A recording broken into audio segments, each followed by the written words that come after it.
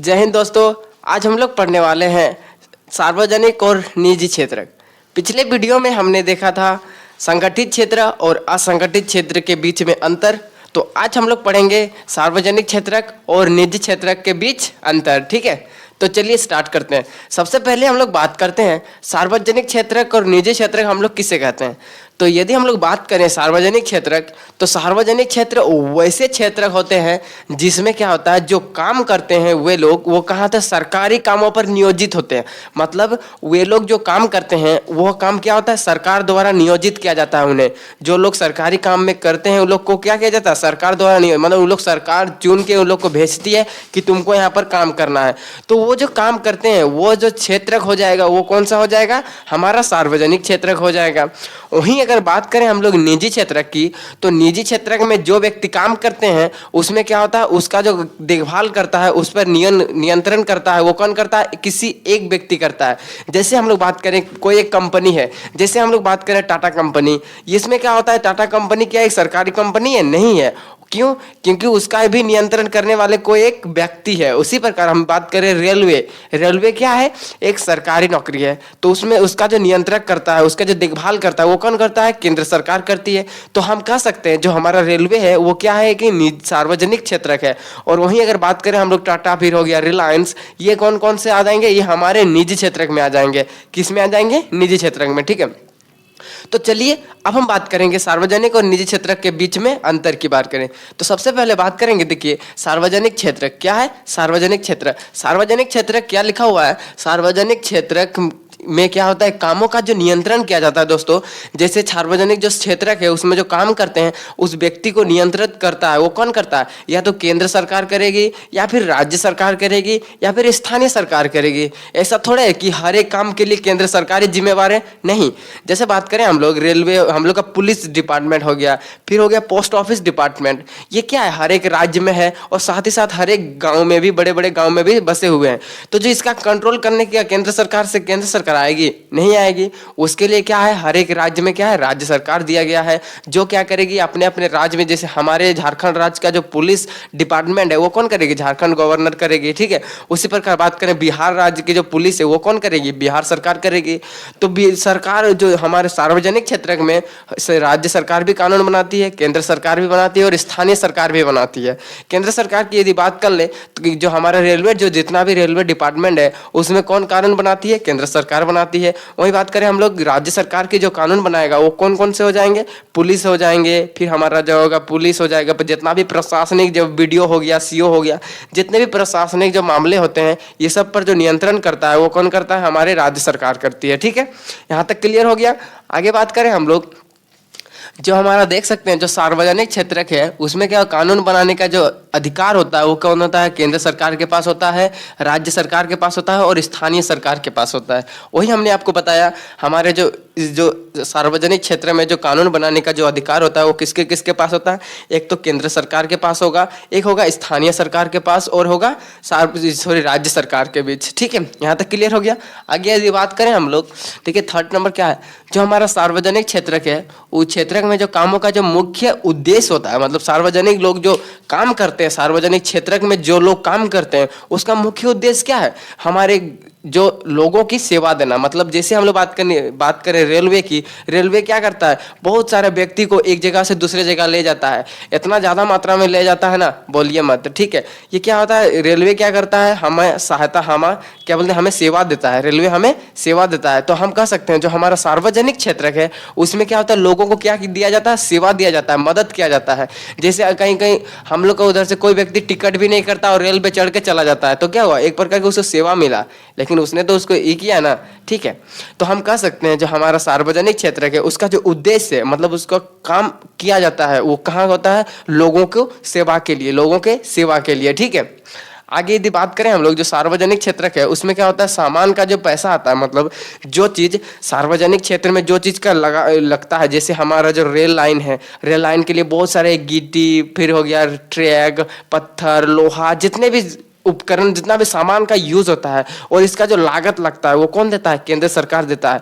हालांकि जो हमारे जो नागरिक है, नागरिक ही उसको टिकट देते हैं, टिकट के थ्रू जितना भी पैसा आता है उसका ही उन लोग क्या करते हैं? यूज करते हैं। लेकिन जो असल में इसके बात करें हम लोग, जो सार्वजनिक क्षेत्र में जितना भी सामान खरीदा जाता है उसका जो पैसा देता है वो कौन देता है? केंद्र सरकार के फंड से आता है। यदि राज्य सरकार है तो राज्य सरकार के फंड से आता है।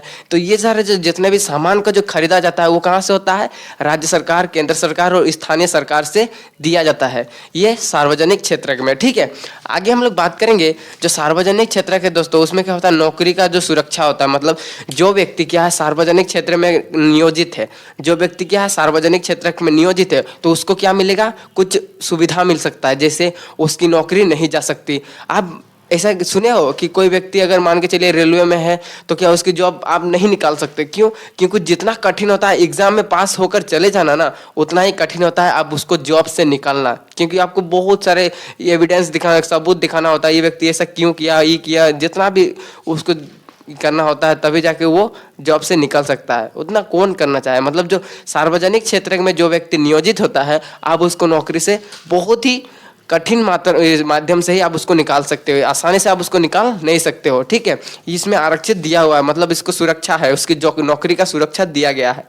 आगे यदि बात करें आवास की सुरक्षा, मतलब क्वार्टर भी मिलता है, जैसे बहुत सारे, जैसे हम लोग जितने भी जॉब वगैरह हैं, पुलिस वुलिस जितने भी, उन लोगों को क्या मिला? एक विशेष घर मिलता है और रहने के लिए। क्वार्टर का हम लोग क्या बोलते हैं? क्वार्टर बोलते हैं उसको, उन लोगों को मिलता है रहने के लिए। तो ये सारे जो सुविधा होती है दोस्तों, ये किस में दिया जाता है? सार्वजनिक क्षेत्र में दिया जाता है। आगे हम बात करेंगे तो सार्वजनिक क्षेत्र हमने देख लिया। अब हम बात करेंगे निजी क्षेत्र के ऊपर। किसके ऊपर? निजी क्षेत्र के ऊपर। तो बात करें निजी क्षेत्र में, देखिए क्या लिखा है। निजी क्षेत्र में क्या है? कामों का जो नियंत्रण है दोस्तों, जो निजी क्षेत्र है उसमें जो काम का जो नियंत्रण करता है, मतलब व्यक्ति के कामों पर नियंत्रित करता है, वो कौन करता है? किसी एक व्यक्ति करता है। किसी एक व्यक्ति। निजी मतलब, निजी से अर्थ क्या? अपना। निजी मतलब अपना, किसी एक व्यक्ति का ही वो होगा। जैसे बात करें हम लोग रिलायंस, किसका है? मुकेश अंबानी का है। जैसे अडानी ग्रुप कंपनी, वो किसका है? अडानी का है। टाटा ग्रुप टाटा का है। तो जितने भी निजी कंपनी के जो है, कंपनी वो जितना है वो क्या है? निजी, किसी एक व्यक्ति का है। तो ये जो सारे जो क्षेत्र हो जाएंगे ये कौन? निजी क्षेत्र। मतलब इसमें जो नियंत्रण करेगा वो कौन करेगा? केवल एक ही व्यक्ति करेगा, ठीक है। और बात करें हम निजी क्षेत्र का जो मुख्य उद्देश्य है दोस्तों, उसमें क्या होता है? निजी क्षेत्र में क्या मुख्य उद्देश्य? वो लोग क्या चाहेगा? वो लोग सेवा तो चाहता ही है, साथ ही साथ क्या है? मेरा कंपनी बढ़े। वो लोग चाहता क्या है? किसी भी करके मेरा जो कंपनी है वो बढ़े और अधिक मात्रा में हमें प्रॉफिट हो, तब जाके। सेवा देना भी तो अलग बात है, वो सेवा भी देते हैं, लेकिन साथ ही साथ वो पैसा तो लेते हैं ना, जो सार्वजनिक क्षेत्र से कुछ अधिक मात्रा में पैसा लेते हैं।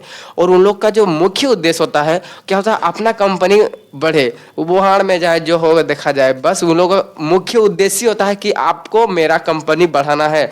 जितना लोग वहाँ पर काम करते हैं उनको बोल दिया जाता है कि किसी भी हाल में हम लोग का जो कंपनी है उसका जो प्रॉफिट है वो बढ़ना चाहिए, ठीक है। ये होता है हमारे निजी क्षेत्र में।